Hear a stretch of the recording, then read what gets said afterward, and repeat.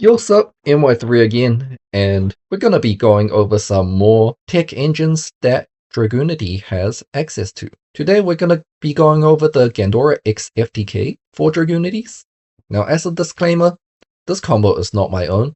I basically copied it entirely from another guy called Land Hope, simply because my combos that involve Dragoonities and Gandora are outdated by now. A new card came out that goes by the name of Rahamu, Envoy of the Sacred Home.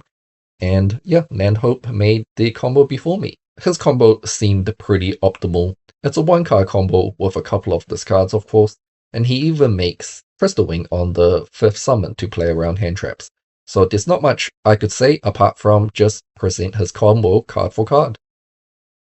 Now, as a cost-benefit analysis, we'll start with the benefit this time because it's pretty straightforward. It's an FTK in a format where people are dropping hand traps for board breakers. It's pretty self-explanatory how beneficial FTKs are. You don't have to deal with any of the board breakers that they're running or planning to side in, and you just simply punish them for not running hand traps by FTKing them. But as for the cost, it's quite hefty.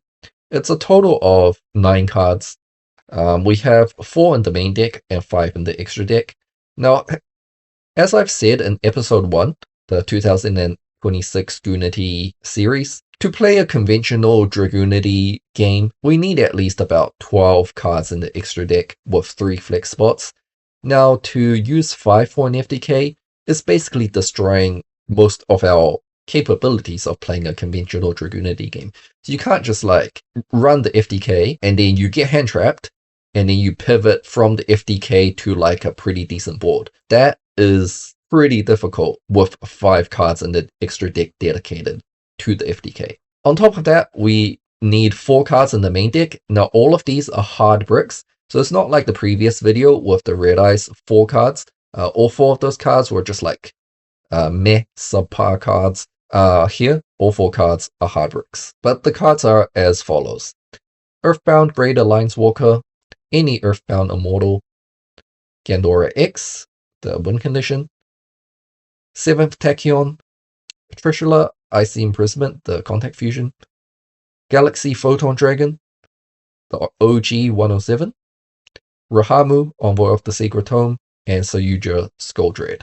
And also, we need the Tachyon Primal as well. Since, I'm already running the Tachyon Primal, it's not counted. But if you're not running the Tachyon package with the Tachyon Transmigration, then that could be a 10th card. So if you are siding, that's 10 cards, 10 to 9 cards out of your side deck that is specifically there for, FTKing when you're going first, when you know you're going first. Of course, the alternative would be to main all of it and then side deck, 10 cards for going second, 10 board breakers or whatever for going second. But yeah, then you're running all the bricks and your extra deck is kind of wasted. As for how the FTK works, basically, you just need to trigger the second effect of Earthbound Great Alliance Walker. If an Earthbound Immortal is normal summoned while this is on the field, your opponent's life gets set to 3000, and then you can just drop Gandora.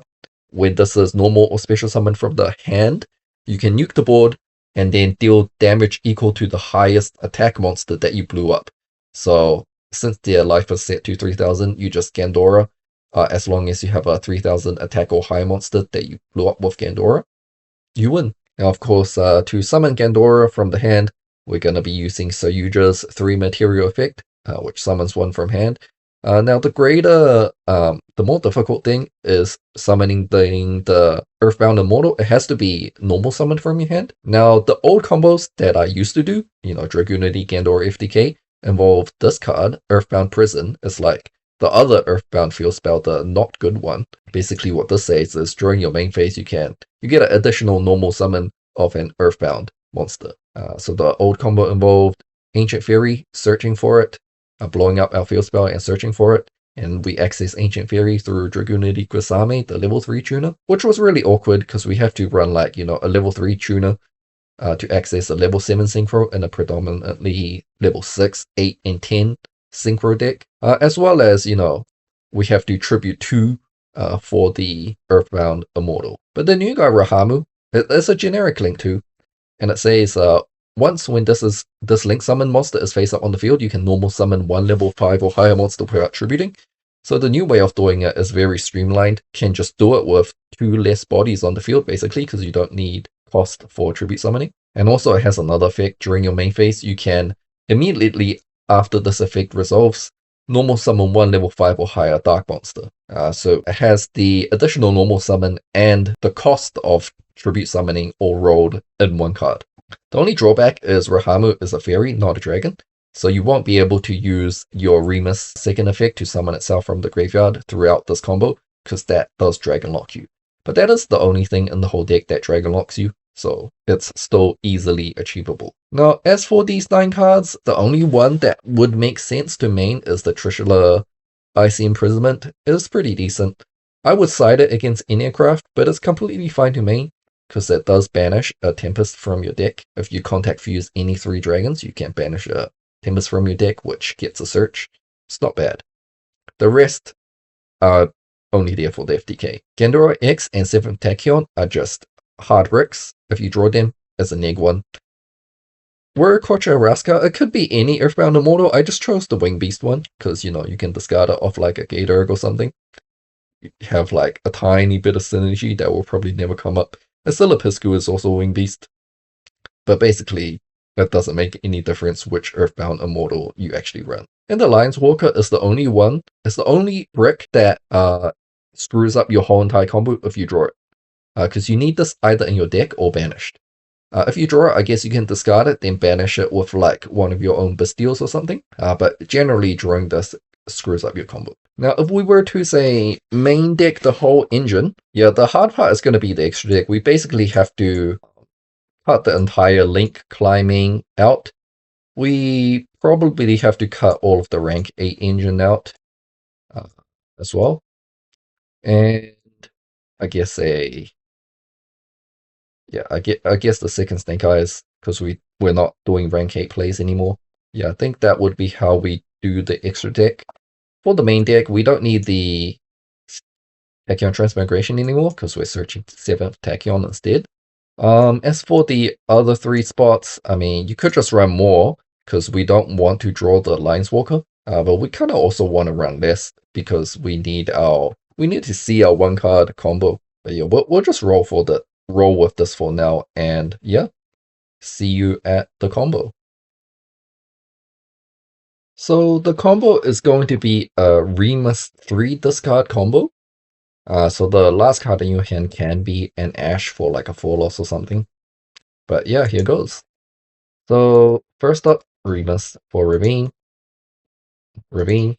discard, get Coronus, normal Coronus, grab Divine Lance, equip Divine Lance to Coronus, equip Falchion from deck, Coronus bounce the Falchion, summons the Falchion.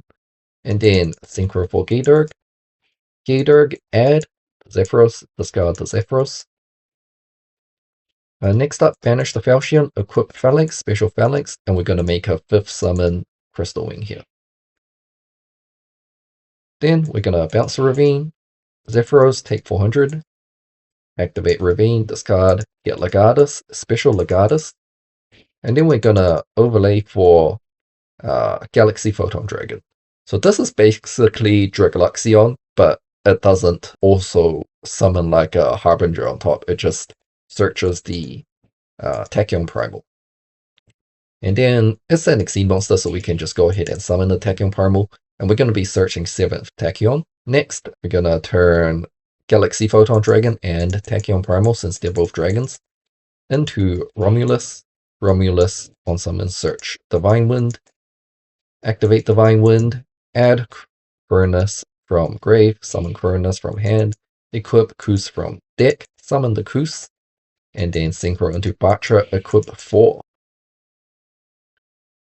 We're going to summon 2 of the equips, and then send 2 of the equips for contact fusion of Snake Eyes Doom Dragon. We can go ahead and contact fuse for Icy Trishula. It doesn't really matter who we use, as long as we don't use the Phalanx. The Phalanx is the only one that has to be kept. But all of them are dragons, all of them are different names. So we get the bonus effect of Icy Trishula to banish 3 cards, one from your deck, one from the top of your opponent's deck, and one from their extra deck. So we're going to go ahead and banish the Earthbound Great Alliance Walker. And since they do have cards banished now, we don't really need the Crystalline anymore. We can go for the Dispatter. Since they do have banished stuff, we can use Dispatter to negate rather than destroy now. So, you're still Lib immune or whatever immune at this point. Now, we can go ahead and use Dispatter as an other effect, which summons a Banish Light or Dark. So this is how we're going to summon the Lines Walker. And then Lines Walker can add your Earthbound Immortal. Next up, we're going to link the 2 remaining guys into Rahamu. And then additional normal summon without any costs the Earthbound Immortal. And on summon, their life point will be set to 3000. Next up, make a 3 material Soyuja with everyone except the Dispatter.